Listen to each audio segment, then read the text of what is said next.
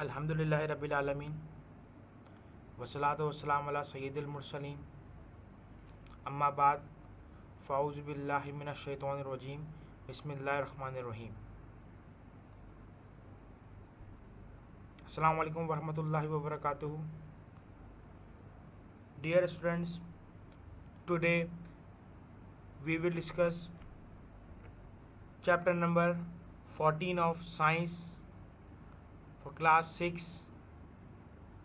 I hope that you have the book, notebook, pencil. If you don't have anything of, please collect it quickly.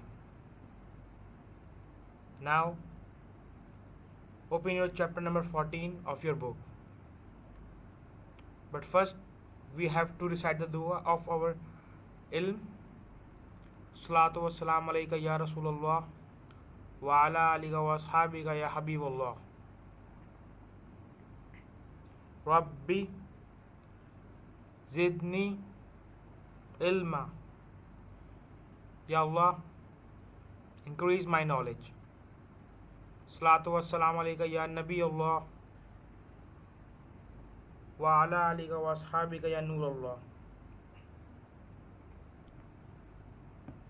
These are the contents of this chapter. Inshallah we will study. First the introduction. The second one is water, a natural source. The third one is water available for consumption. The fourth one is changes in the states of water, and inshallah we will discuss in this topic the water vapors and water as a rain and snow. After that we will study water cycle in nature, and our last topic is importance of water. So first, the introduction of this chapter, that water is a colorless and odorless substance found all over the world. पानी एक बग़ैर रंग के और बग़ैर खुशबू के एक ऐसा सब्सटेंस है, एक ऐसा मादा है जो कि हमारी अर्थ पर या हमारी दुनिया में पाया जाता है। ना ही इसका अपना कोई रंग है, ना ही इसकी अपनी कोई खुशबू है। Water is one of the most important substances that are needed for plants and animals. ये वो सबसे अहम चीज़ है इस दुनिया की जो पौधों और जानवरों और उसके अलावा जितने जानदार हैं उन सब के लिए नहायत ही ज़रूरी है। We cannot lead our day-to-day life without water. हम अपनी डेली लाइफ या डे टू डे लाइफ जो हम कहते हैं, हम वो गुजार नहीं सकते पानी के बगैर। Water makes up more than half of our body weight, और जबकि पानी जो है वो हमारे बॉडी वेट यानी कि हमारे जिस्म के वज़न के आधे से ज़्यादा हिस्से जो पर मुश्तमिल है हमारा जिस्म, यानी कि जो हमारा बॉडी वेट है या जो हमारी बॉडी है उसमें मोर देन हाफ जो है वो पानी है। हमारे जितने ऑर्गन्स हैं वो सारे जो फंक्शन करते हैं, जो उनमें अमल होते हैं, उन सब में इस पानी का नहायत ही ज़्यादा अहम रोल है। Without water all organism in the world would die.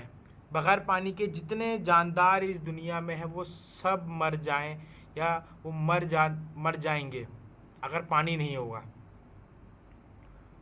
Water is necessary not only for drinking but also for our day-to-day life purposes like bathing, cooking, cleaning and washing and so on. पानी सिर्फ हमारे लिए सिर्फ पीने के लिए ही इतना ज़रूरी नहीं है, बल्कि ये हमारे रोज़मर्रा के काम जैसे कि नहाना, खाना वगैरह पकाना, हमारी सफाई और हमारे कपड़े वगैरह और इसके अलावा बेशुमार और कामों में पानी नहायत ही ज़रूरी है। We can't imagine a life without a water other than drinking and household purposes. हम पानी के बगैर अपनी ज़िंदगी के बारे में सोच भी नहीं सकते, जो कि एक सच बात भी है। Other than drinking and household purposes, water is important for existence of our world. इसके अलावा जैसे कि अभी हमने ऊपर भी डिस्कस किया कि पीने के अलावा हमारे दूसरे कामों में नहायत ही ज़रूरी है, और इस वर्ल्ड के, इस दुनिया के एग्जिस्टेंस के लिए, इस दुनिया के कायम दायम रहने के लिए पानी नहायत ही ज़रूरी है। तो बच्चों, जैसा कि हम भी ये बात जानते हैं कि पानी अल्लाह तबारक व तआला की एक नहायत ही खूबसूरत और नहायत ही कमाल की एक नेमत है, जो ना सिर्फ हमारे लिए बल्कि जानदारों के लिए, हमारे अलावा जो दूसरे जानदार हैं, पौधे और दूसरे जानवर, उनके लिए भी नहायत ही ज़रूरी है। कोई भी जानदार जो है वो पानी के बगैर ज़िंदा नहीं रह सकता। अच्छा, वाटर एक नेचुरल सोर्स है, एक कुदरती चीज़ है, और एक इसको हम एक तरह से ये भी कह सकते हैं कि अल्लाह तबारक व तआला की दी हुई एक कुदरती नेमत है। वाटर इज़ लाइफ, पानी एक ज़िंदगी है। बेशक पानी खुद ज़िंदा नहीं है, लेकिन जिंदों के लिए नहायत ही ज़रूरी है। If you look at the globe, 75% of the earth is shown as blue. अगर हम अपने अर्थ को देखें, अपनी दुनिया को दूर से देखें, तो हमें 75% या उससे ज़्यादा का जो हिस्सा है वो हमें ब्लू नज़र आता है, नीला नज़र आता है। This indicates the presence of water, जो कि इस बात को इंडिकेट करता है कि यहाँ पे पानी मौजूद है। It's one of our natural sources, ये हमारे एक नेचुरल सोर्सेस या हमारे बहुत सारे कुदरती ज़खायर में से एक अहम और एक वाहिद, एक ऐसा ज़ख़ीरा है या एक अल्लाह की ऐसी नेमत है जो कि नहायत ही ज़रूरी है। Most of the water on earth is not suitable for us. सबसे अहम बात, ज़्यादातर जो पानी हमारी अर्थ पे मौजूद है वो हमारे लिए सूटेबल नहीं है, यानी कि हमारे पीने लायक नहीं है। इसी पॉइंट को आगे मज़ीद एलेबरेट करते हैं इस टॉपिक के अंदर। Water available for consumption, 75% of the water on the earth is salt water and only 3% is fresh water. यानी कि दुनिया में जितना पानी मौजूद है उसमें 97% जो है वो नमकीन या खारा पानी है, जिसे हम अपने इस्तेमाल में या हम उसको पी नहीं सकते। इसके अलावा जो 3% है वो हमारे पास फ्रेश या मीठा पानी जिसे हम इस्तेमाल कर सकते हैं। लेकिन ज़रा ठहरिए, आगे देखते हैं क्या बात है। Slightly over 2/3 of this is frozen in glaciers. इन 3% में से जो 2/3 यानी कि 2/3 हिस्सा है वो glaciers and polar ice caps यानी कि बर्फ़ के पहाड़ों या बर्फ़ानी शक्ल में मौजूद है या बर्फ़ की शक्ल में मौजूद है।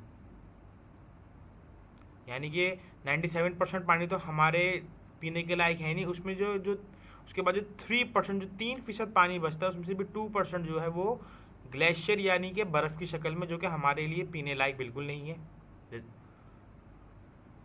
The remaining unfrozen fresh water is found mainly as ground water.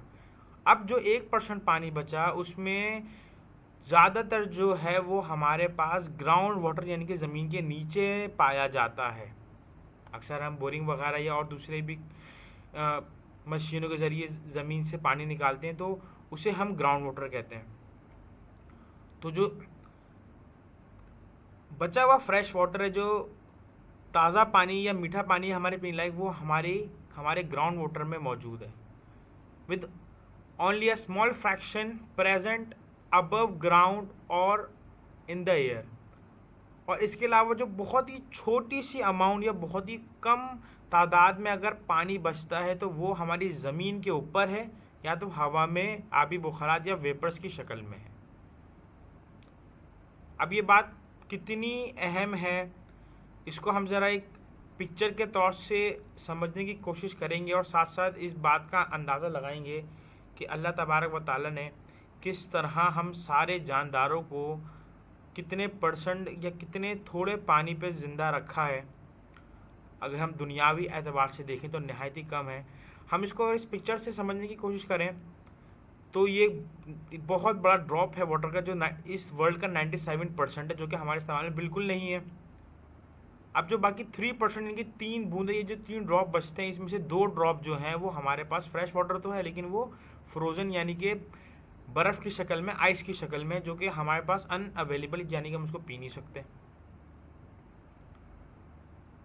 इसके अलावा अब जो 1% बचता है वो हमारे लिए अवेलेबल है, यानी कि पूरी दुनिया के जो जानदार, जो मीठे पानी या ताज़े पानी पे ज़िंदा है, फ्रेश वाटर पे ज़िंदा है, वो इस ड्रॉप से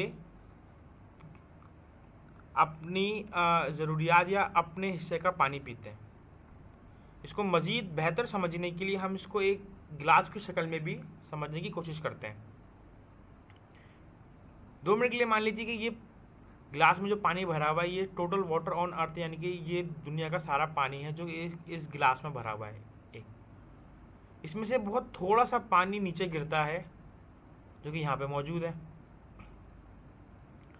इसमें से एक बड़ा हिस्सा जो है वो बर्फ़ की शक्ल में मौजूद है, यानी कि ग्लेशियर या आइस कैप की शक्ल में मौजूद है। यानी कि जो 3% फ्रेश वाटर है, उसमें 68% यानी कि मोर देन 70% जो है वो आपका ग्लेशियर या बर्फ़ की शक्ल में मौजूद है। अब इसमें से जो मौसम की तब्दीली की वजह से जो बर्फ़ पिघलती है और जो हमें मीठा पानी मिलता है, वो चला जाता है ज़मीन के नीचे, जो हमारे पास ग्राउंड वाटर है, जो कि हम अपनी ज़मीन वगैरह से निकालते हैं। उसके अलावा जो आप ये छोटा सा ड्रॉप देख रहे हैं, ये वो पानी है जो अक्सर हम किसी केमिकल या दूसरी चीज़ों की वजह से ज़ाया कर देते हैं। जैसे हम अक्सर हाथ वगैरह धोते हैं तो हम नल वगैरह बिल्कुल खुला छोड़ देते हैं और उससे भी पानी हमारा ज़ाया हो रहा है, मीठा वगैरह। तो ये वो उस टाइप का पानी है। अब जो ये बहुत छोटा सा ड्रॉप आपको नज़र आ रहा है यहाँ पे, ये वो ड्रॉप है जो हमारी सिर्फ सरफेस के ऊपर है, यानी कि हमारी सतह के ऊपर है। किसकी शक्ल में? झील, नदी और पानी के चश्मों की सूरत में जो हमें बड़ी बड़ी झीलें और दरिया नज़र आती हैं, वो इस दुनिया के पानी का सिर्फ ये ड्रॉप है। उम्मीद है आपको पानी की अहमियत समझ में आ रही हो और यहाँ पे अल्लाह ताला की कुदरत का भी हमें अंदाज़ा हो रहा हो कि इतना सारा पानी और एक तरफ, और एक छोटा सा ड्रॉप जो कि हम इनके सबके सामने बहुत ही छोटा ड्रॉप है, वो हमें इतनी बड़ी तादाद में झीलों और दरियाओं की सूरत में नज़र आता है। अब इसको अगर हम दुनिया के एतबार से पढ़ें या समझने की कोशिश करें, तो ये अगर हम ये हमारी पूरी अर्थ है, तो इसमें 97% उसी तरह हमारा पानी मौजूद है। ये 2% हमारा वो ग्लेशियर या वो बर्फ़ के पहाड़ हैं, और जो 1% बचता है, ये हमारा वही फ्रेश और अवेलेबल वाटर है जो हमारे पास दरियाओं, झीलों और ग्राउंड वाटर की सूरत में मौजूद है। आई होप बच्चों आपको इन मुख्तलिफ पिक्चर से वाटर कंजप्शन का कॉन्सेप्ट समझ में आया होगा। अब जब ये पानी हमारी अर्थ में मौजूद है, तो ये मुख्तलिफ शक्लों में, मुख्तलिफ सूरतों में हमारी अर्थ पे मौजूद है। आइए उसको डिस्कस करते हैं कि water has found on earth in many different state. जो ये पानी हमारी अर्थ पर पाया जाता है, ये मुख्तलिफ शक्लों या मुख्तलिफ सूरतों में पाया जाता है। इट में भी सॉलिड आइस, वो आपको एक सॉलिड या बर्फ़ की शक्ल में भी मिल सकता है, जैसा कि भी हमने पीछे भी डिस्कस किया। लिक्विड यानी कि अपनी असली हालत में भी मिल सकता है, और गैस यानी कि वेपर्स या आबी बुखारात की शक्ल में भी मिल सकता है। यानी कि हवा के अंदर जो पानी होता है उसको हम गैशियस वाटर या वेपरस वाटर का नाम देते हैं। It can change its state according to the condition in environment. जो ये पानी है, ये अपनी सूरत को चेंज करता रहता है माहौल के हिसाब से। जी हाँ, बिल्कुल।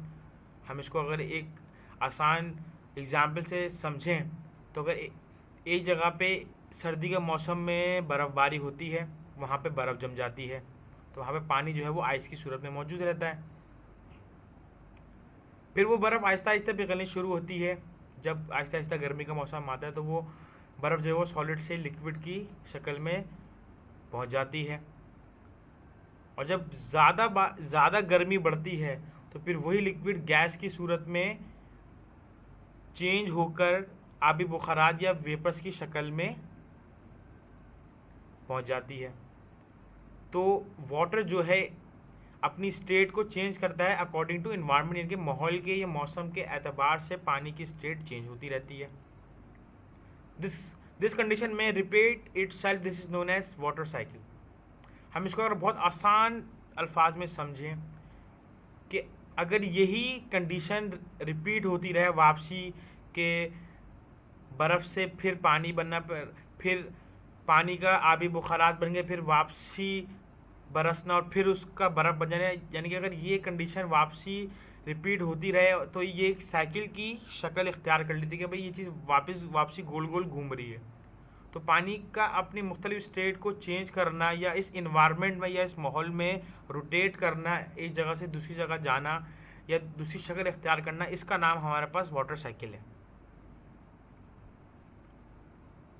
अच्छा, अभी जो वाटर साइकिल है ये कुछ स्टेप से या कुछ मरहलों से गुज़रता हुआ हमारे इन्वायरमेंट में एक जगह से दूसरी जगह पहुंचता है। इसमें हमारे पास सबसे पहला स्टेप है इवेपोरेशन या एवोपोरेशन। उसके बाद सेकंड स्टेप है हमारे पास कंडेंसेशन, फिर थर्ड है हमारे पास सब्लिमेशन, फिर फोर्थ है हमारे पास प्रेसिपिटेशन, फिर फिफ्थ है हमारे पास ट्रांसपायरेशन, सिक्स्थ है रन ऑफ एंड सेवन और लास्ट है इनफिल्ट्रेशन।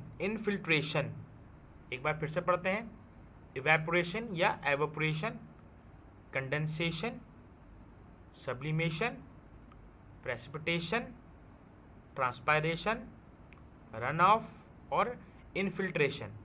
ये स्टेप बिल्कुल लाइन से इसी तरह परफॉर्म होते हैं और जब ये पूरी साइकिल घूम के वापसी यहाँ पर आती है तो इस साइकिल को हम वाटर साइकिल का नाम देते हैं।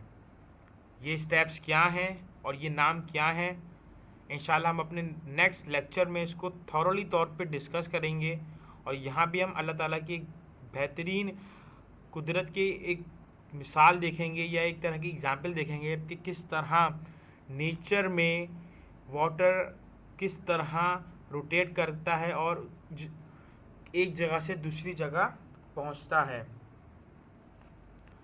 In the end, my dear students, I hope that everything I have taught in this lesson is very clear. Revise it at home. May Allah strengthen your memory. Ameen. Jazakullahul khair.